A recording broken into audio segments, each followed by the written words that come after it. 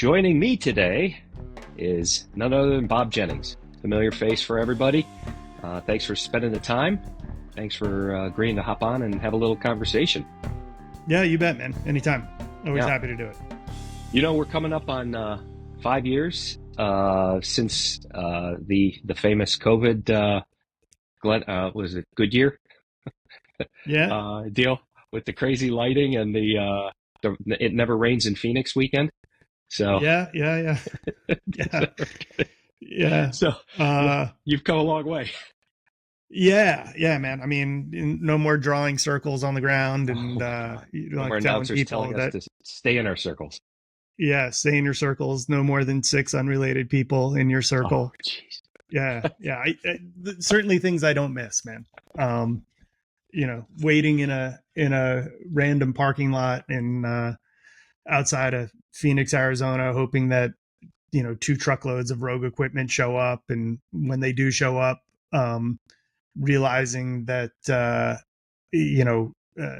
and I need to unload that ourselves, and neither one of us know how to drive a forklift, and I thought I've heard all some of of those all of stories. those Yeah. lessons learned, and there's some nostalgia with it for sure, but very glad that those days are behind us. This episode is powered by Thirdzy, your go-to for game-changing sleep recovery. Imagine hitting your workouts harder and waking up feeling unstoppable. That's what Thirdzy's PM Recovery Collagen does for me. It's like pre-workout, but for your sleep, fueling your body's active recovery processes without any melatonin or sedatives. Just 1 scoop before bed supports deeper, more restorative sleep so you can crush your fitness goals. Ready to experience the best rest and recovery? Visit Thirdzy.com and transform your nights into recovery power hours. Thirdzy, because sleep is the ultimate recovery tool. That's THIRDZY.com. Save 20% with code JASONZZZ. Let's get into the show. You had a crew to help, but it was the initial unload. I think I've heard that. I think you guys have told that story. That had to be daunting. Yeah. Oh, yeah, man. I mean, it was, not only did we have to unload it, like we didn't have anybody there to help us until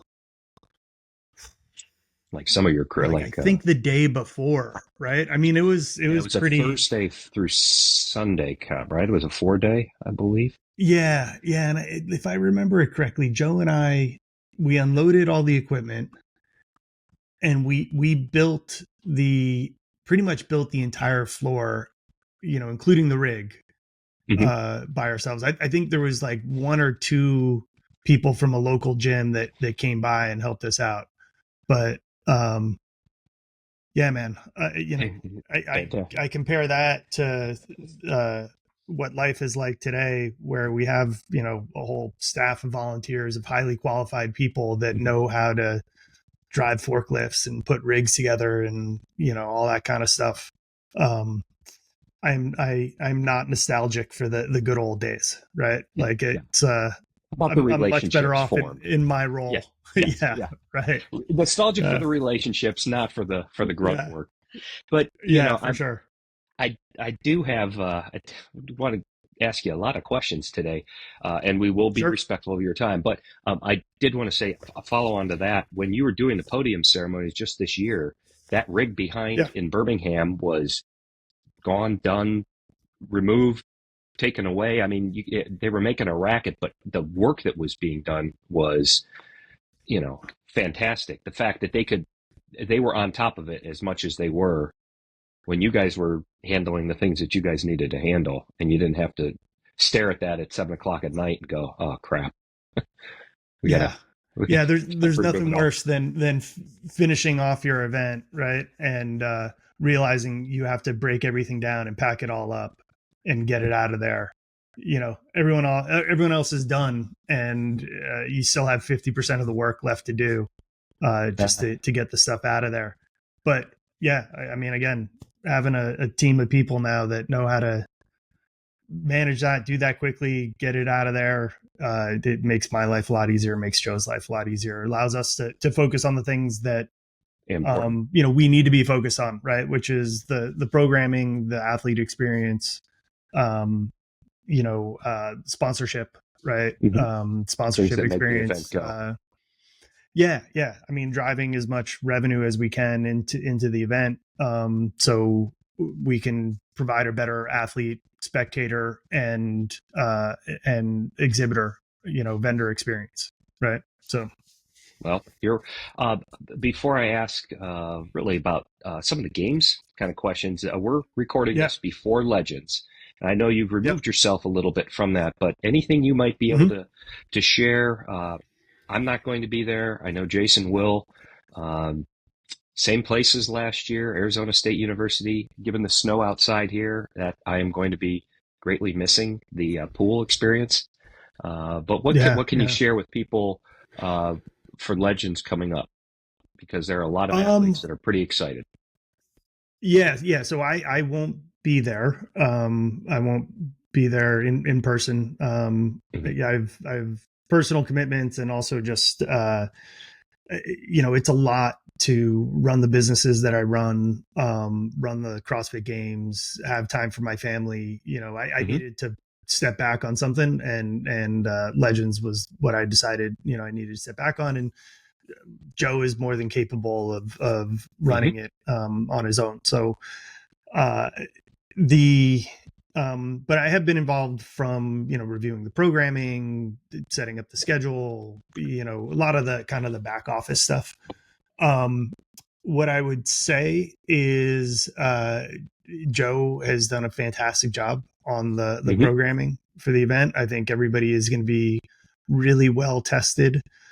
um I think Joe, is very creative when it comes to programming. And it's difficult for a live event when you have 20 plus heats that you have to get through, and relatively limited equipment, right? Yeah, equipment Um, movement back and forth between heats too. Yeah, the whole. yeah, and there's only so much equipment that we can get as a independent event like Legends, right? Hmm. Like, it's, you Correct. get more with the CrossFit games, right, than you would with Legends. But even still, you're always kind of limited on your programming to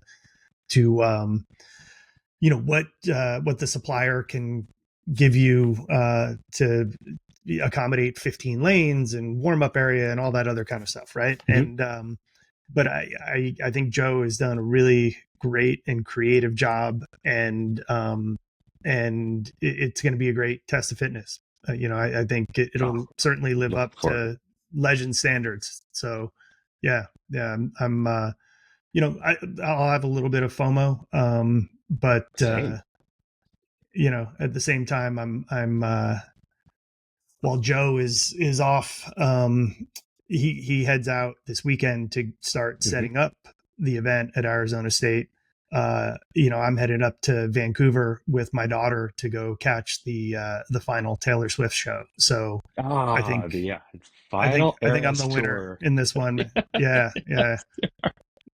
This will Oh, be my fourth. This will be my fourth show, and my daughter's fifth. oh my gosh. So we're super psyched about this. And if it's spend time with my daughter at one of Hmm. the greatest live musical acts Sure. in history, or spend time at Arizona State building a rig, I think I've made the right Yeah. choice. So Correct. Good. Win one yeah, for dad. We'll take that. I yeah, yeah, uh yeah.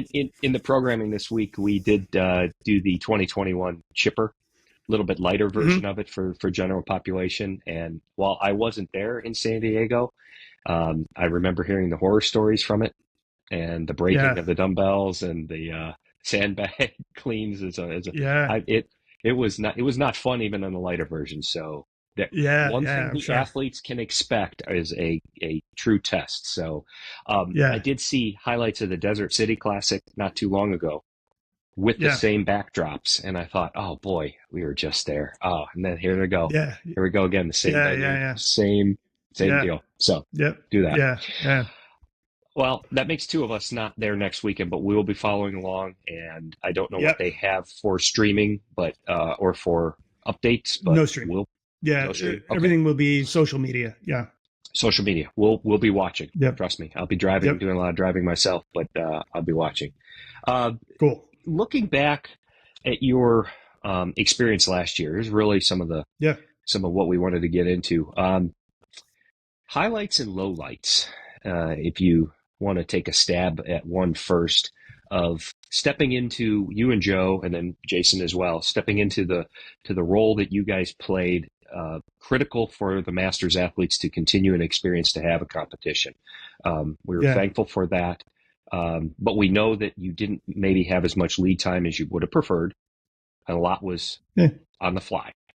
So, if you had to pull like a couple of highlights out, what do you think? You might say. It's actually easier to come from a lowlights perspective. All right. Because, that's at the bottom.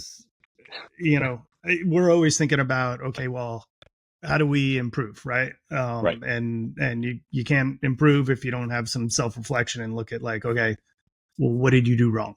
Right. I think like one big thing that jumped out from an athlete experience perspective was we allowed people just to show up whenever to do the athlete check-in.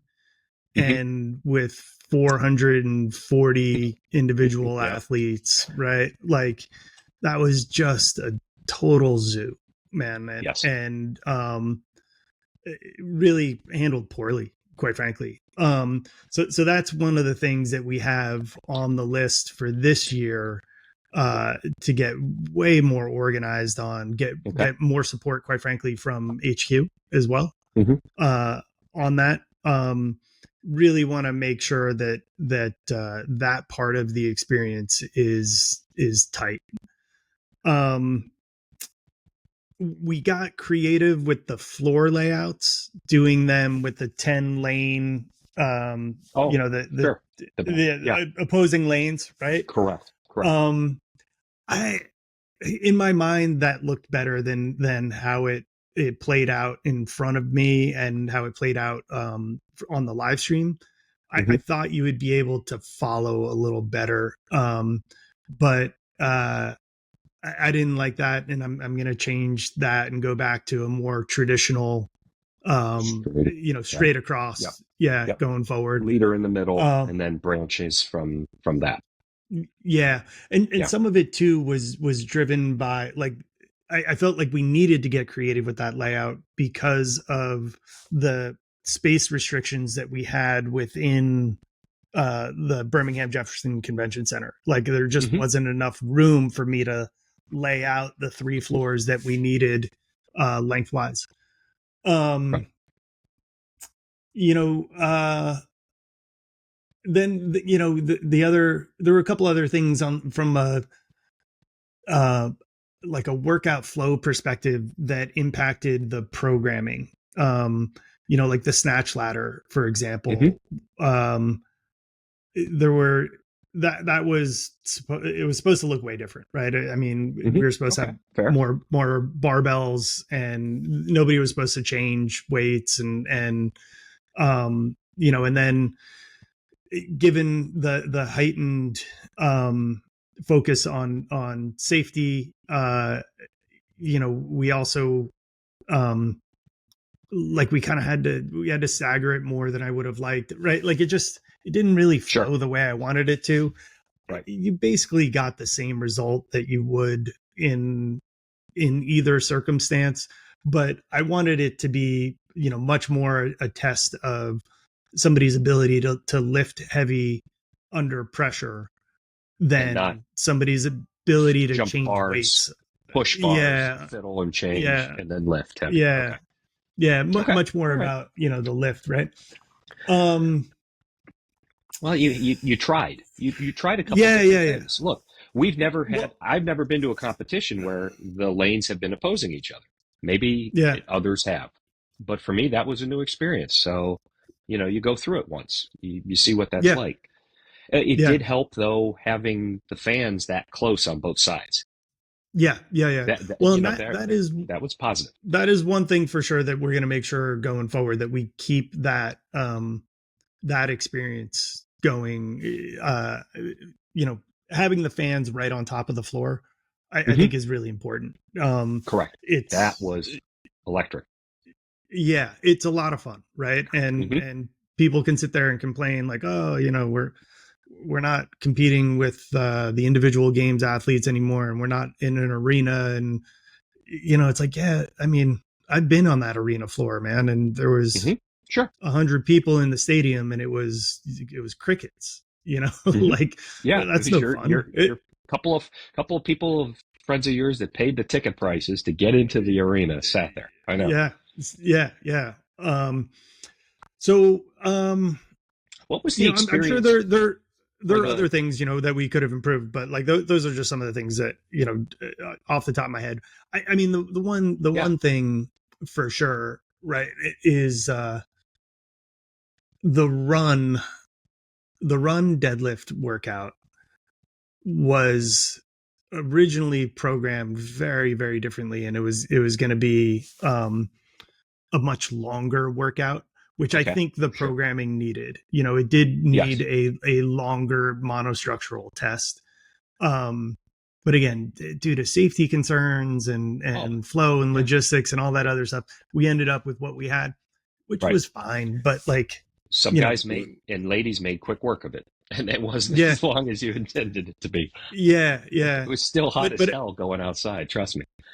Yeah, but I think going forward, I've learned a lot from that.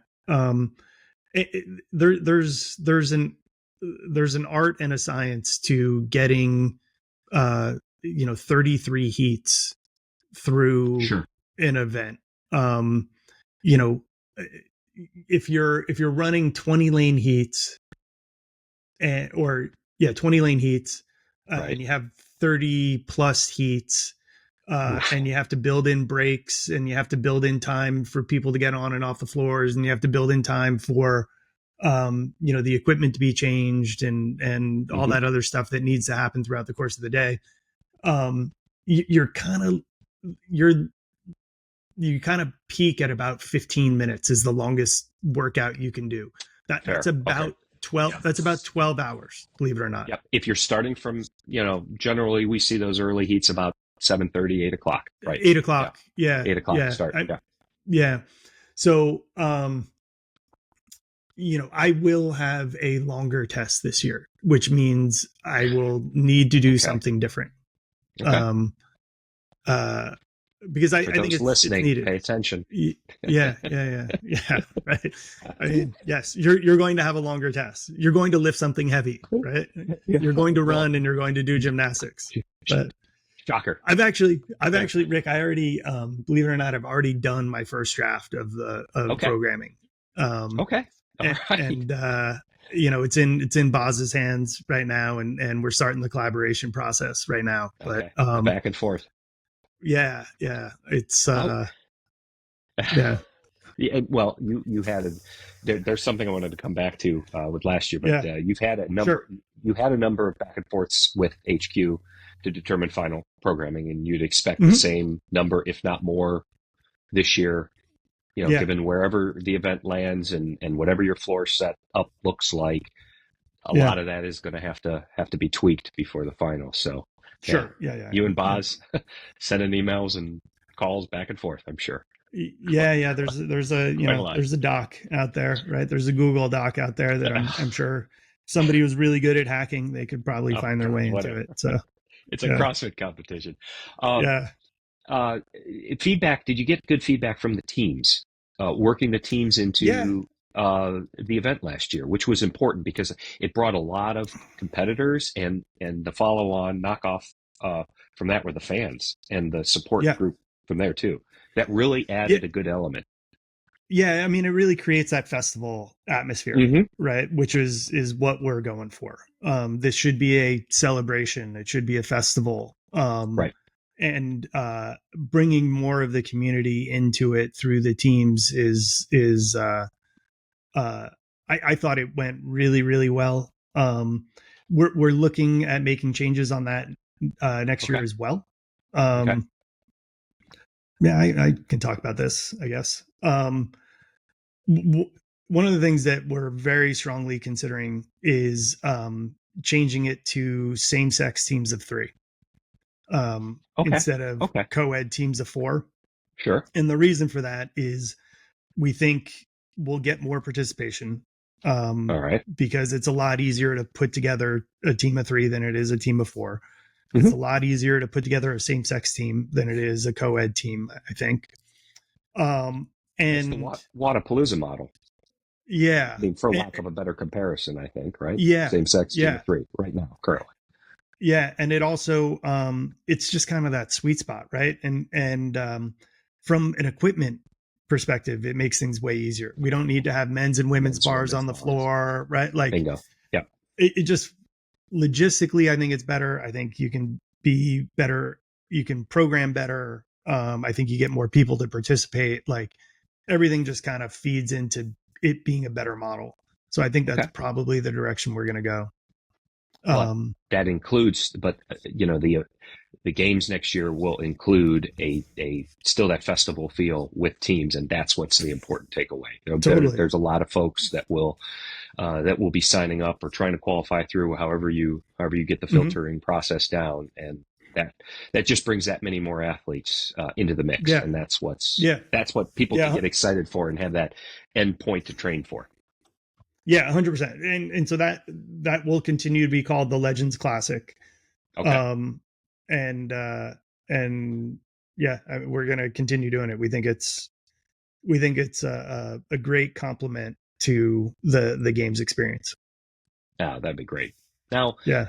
let me flip it to some of your highlights Yeah. last year. Yeah, I mean, you started with the lowlights, and I think those are fair, but you tried certain things and you have to learn. But I mean, you guys hit some things out of the park, or you pulled this off. I mean, your team, you sit back and the 3 of you go, we did it. Yeah, I mean, I think a lot of people had reservations and doubts that we could run 3 floors at the same time, and run the 2 events at the same time. I would say, the biggest highlight, which this probably sounds really weird, we had one heat all week, that did not go off on time, and it was a team heat. Okay. We had the wrong weight on the floor. That was it. Okay. So when you think about the hundreds and hundreds of heats that's a that pretty were good run, batting average. Yeah. Yeah, for one to be 5 minutes late, right? And we were able to make it up. That was there happened to be a break right after that, and we were able to, and that speaks to the planning and effort and preparation that went into it. It speaks to the staff and volunteers, and how important that is for the athlete experience and for the spectator experience for those heats to run on time. Absolutely. To me, that is a really big deal. And for our batting average to be that high, I'm really, really proud of the team and how they performed with regards to that.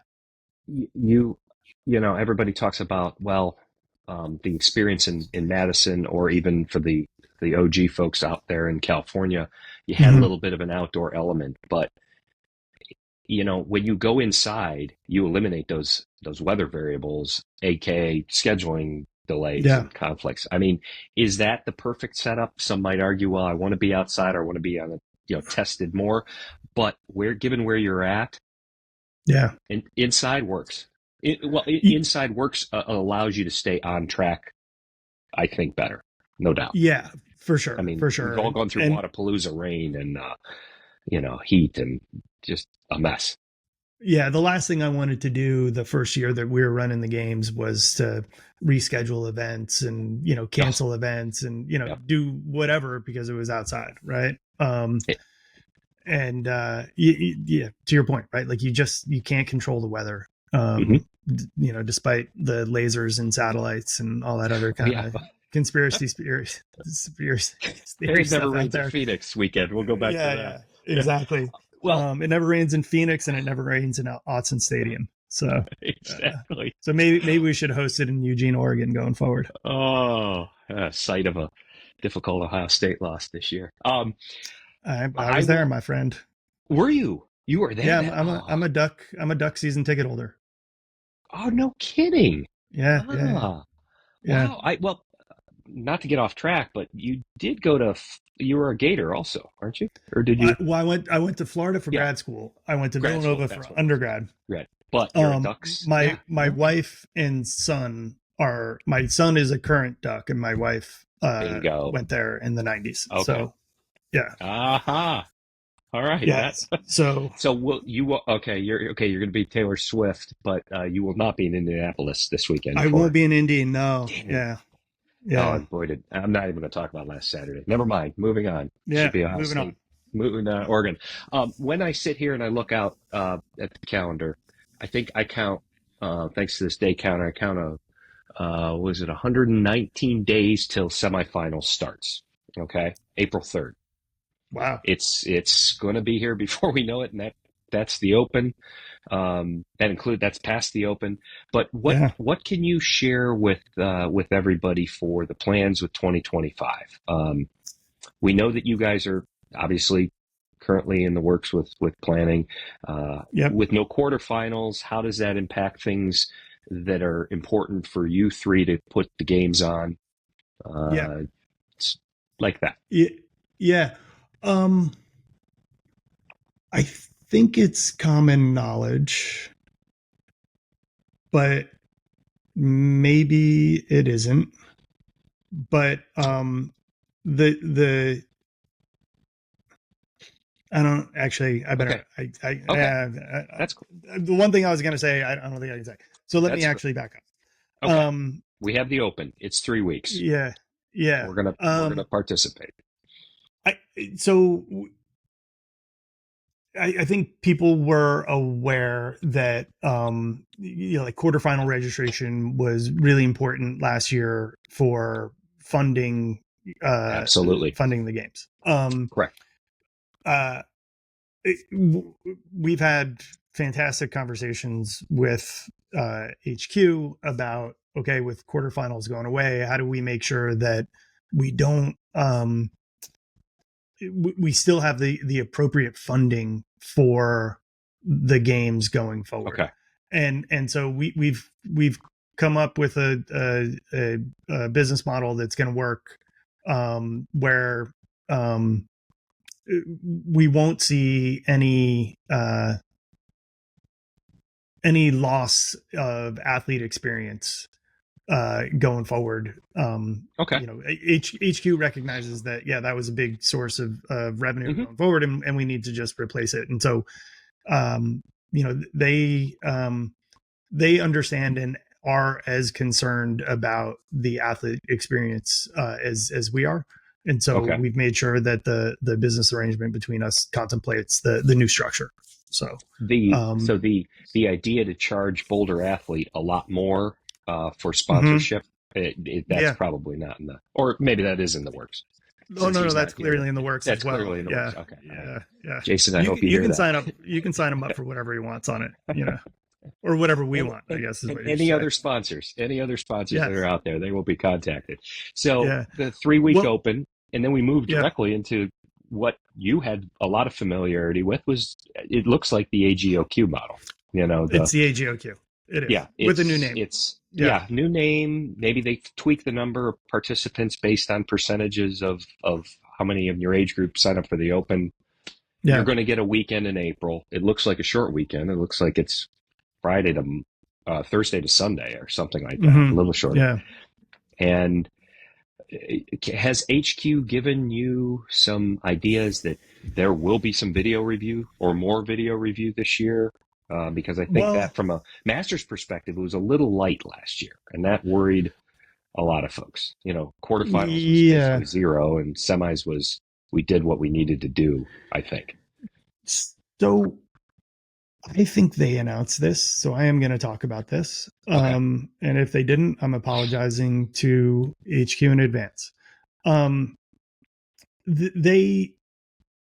I think they've done a good job of listening to the community on that. Like, there is just simply no way that you can take, at a minimum, 200 athletes, 4 to 6 workouts, and have the staff to video review every single one of those videos with that big of a field. Yep. With that big of a field. It's just, it is not possible. Right. Mm-hmm. And like, people need to understand that. Right. Mm-hmm. Like people have this misconception that, CrossFit is this multi-billion-dollar company that's, raking got in an army of, and they have this army of people that can just, correct. Video review all day long. Like it doesn't work that way. Right. I wish people would just sit down and understand the math of these businesses and realize that like there aren't enough man hours and there isn't enough money. If you want to take everything away from athlete experience, spectator experience, vendor experience, and put it all into video review, great. I'm sure that there's enough money to do that, but then there's not enough left over, right? Athletes will be in the parking lot out back. Yeah. Yeah. And so you just need to have your trade-offs there. And I think they've done a great job of listening to the community, where people have been calling for community review of videos for a long time. Right. And so that's really the model that they're going with. And there's going to be some parameters around that. And that was discussed. You're right. Yeah. Like I think I think that's the way to go. Open to those that then have their level 1 and pass both judging courses. Then you'll have the ability to review. But somebody just going through the internet lands on our page and sees a video icon, won't be able to pull up and judge the athlete A or B. You've got to have some credentials first to be able to do that. So that's and there's fair. Restrictions around like what you can judge. Meaning like you can judge movement quality, but you can't judge I can't remember what some of the examples are, right? But like it's very specific what the community will be providing input into, and then they'll do a great job, as they always do, of surfacing, okay, well, the Rick's workout 2 video is garbage, and he should have a score of 0, and then somebody from HQ will then take that input and there's always that chain. I've heard that discussion from folks at HQ. There's that they push, when somebody identifies something, they push it up to another set of eyes for another. Yeah. So there is. And now they're relying on the community to be that first level of filtering, right? Correct. That allows it to then move up and be dealt with in the appropriate way. What people are going to have to remember, and they're not going to, is that there's a process to it, right? And it's like, just because you flag my video today doesn't mean that 30 minutes later my score is going to be changed, right? Like it's going to go through a process. It's going to take a couple days, right? And people are just going to have to wait, and that's not going to be what happened. People are going to be outraged on social media, but I think the way they're going with this is I think it's much more efficient. I think it gets the community involved in a highly productive fashion, and I think we'll end up with better results because of it. And the top athletes, male and female, generally rise to the top and have movement quality. It's how you get there. And I think that's what everybody is worried about. But, you being the former host of Masters Chatter, I think it's safe to assume that there will be extra eyes on Justin's burpees over a bar. Burpees over a bar. Okay. Yeah, without a doubt. Good. Yes. I just want to make sure that is out there on the record now. We're kidding, Justin. He's the champ. I will be reviewing his personally. And there was a bunch of talk last year about I heard some chatter, I guess, after the games, like, oh, this person shouldn't have been there. Like, it was one of the guys that popped for PEDs. I think it was the British dude in the 40 to 44s. I can't remember his name. All right. The guy that won. Okay. All right. Yeah. I guess there was a lot of concern around his qualifying videos. and like, oh, he shouldn't have been there to begin with. And, this is somehow him popping for PEDs is justification of that. I, I think those two things are totally unrelated. Um, you know, but I don't know why I brought that up, but anyway, Okay. So we're going to have yeah, an enhanced video review process led by HQ. So yeah. the arrows can be thrown in their direction, but it's going to help you and your team make sure that the right number. And that's the next question. Are you able to tell us, whenever and wherever the games will be for Masters, are they going to have the same Mm-hmm. larger fields, or are we going to be a little shocked and go back down to 10 when the rule book comes out, hopefully in January? Or are you allowed to say more than 10 again? Yeah. Me not being allowed to talk about that Okay. probably makes people very concerned. Okay. I'm not allowed to talk about that, That's fair. but don't be concerned. I Okay. guess Yeah. is You're probably not the allowed best to way to talk answer about it, that. but okay. You're Yeah. fair. Safe enough. Safe enough. So we get through that process in early April, and then Yeah. it is the old AGOQ model. There's no, Yeah. we have to be prepared for 2 weekends and clear schedules. And I know everybody talks about Masters athletes. Hey, we have lives. How can you do that to us? Well, the community has spoken. Look, we've got Yeah. 1 weekend. So Yeah. you and your team are working next. And when can the community hear or expect to maybe hear more about dates, locations? Well, the rule book, I think, was hinted in January, but then Yeah. the open rolls around in what, late February, I think, was the first week. Something like that in February. Something like that. Yeah. Something, yeah. So it's going to happen rather quickly.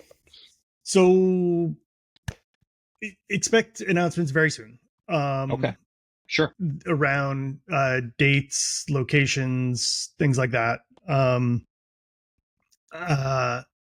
I am putting dotting I's and crossing T's on Mm-hmm. the work that I have to do before it can get handed over to HQ so they can put it into the marketing machine and get it out Gotcha.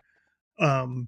So I would expect, just given that we're in December, things Mm-hmm. move slow. Like it'll probably come out with the rule book. Okay. But generally expect something very similar to last year, right? Okay. All right. We could do that. Nothing too dramatically different when it comes to timing.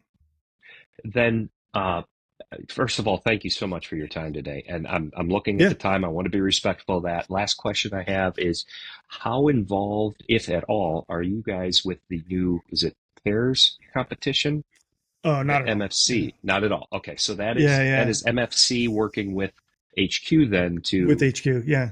to do that. Okay. So we don't know I think many that's details really if cool. it's same sex or mixed or, Yeah. we don't know yet. I don't know. My understanding was that it was same sex. Okay. But I really, I like the idea. I think it's really, I think it's a cool collaboration between CrossFit and MFC. I think Mm-hmm. I think it'll help drive a an enhanced athlete and spectator experience at Mm-hmm. their event. Right. Which I think they've moved that to October. Is that right? Yeah, I saw the dates. No, those dates were released. It might have been like the 10th, 12th, something like that in October. Yeah, It's bounced I'm a around. big fan of it. Yeah, And I like it because it's a close event. I've been yeah, have gone a number of times, but yeah. where it falls in the season though, that's nice. And I think that's a Yeah. good play for them that they were able to work with HQ and give us at least those dates. More details to go.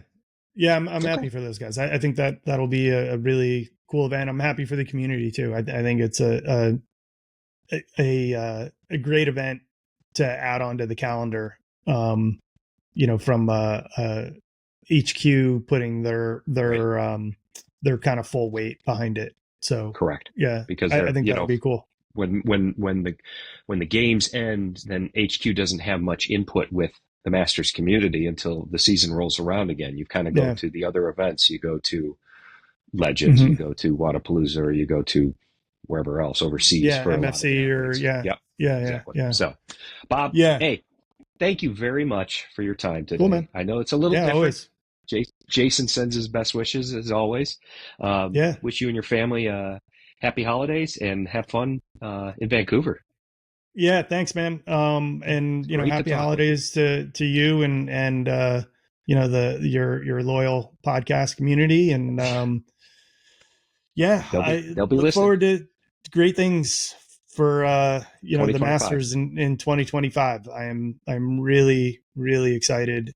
And look, I think my first draft of programming was a work of art. But we shall see. We shall see. All right. We know who to point fingers at next year at this time. Yeah. Bob, thank you. All right, man. All right. All the best to you. Take care. Bye-bye. Yep. Thanks for tuning in to the Masters in Motion podcast. We'd be so grateful if you could take a moment to leave us a 5-star rating on Apple Podcasts or your preferred podcast app. If you're watching on YouTube, subscribe to the channel. Your support helps us reach more listeners and grow our Masters community. Until next time, get bolder, not older.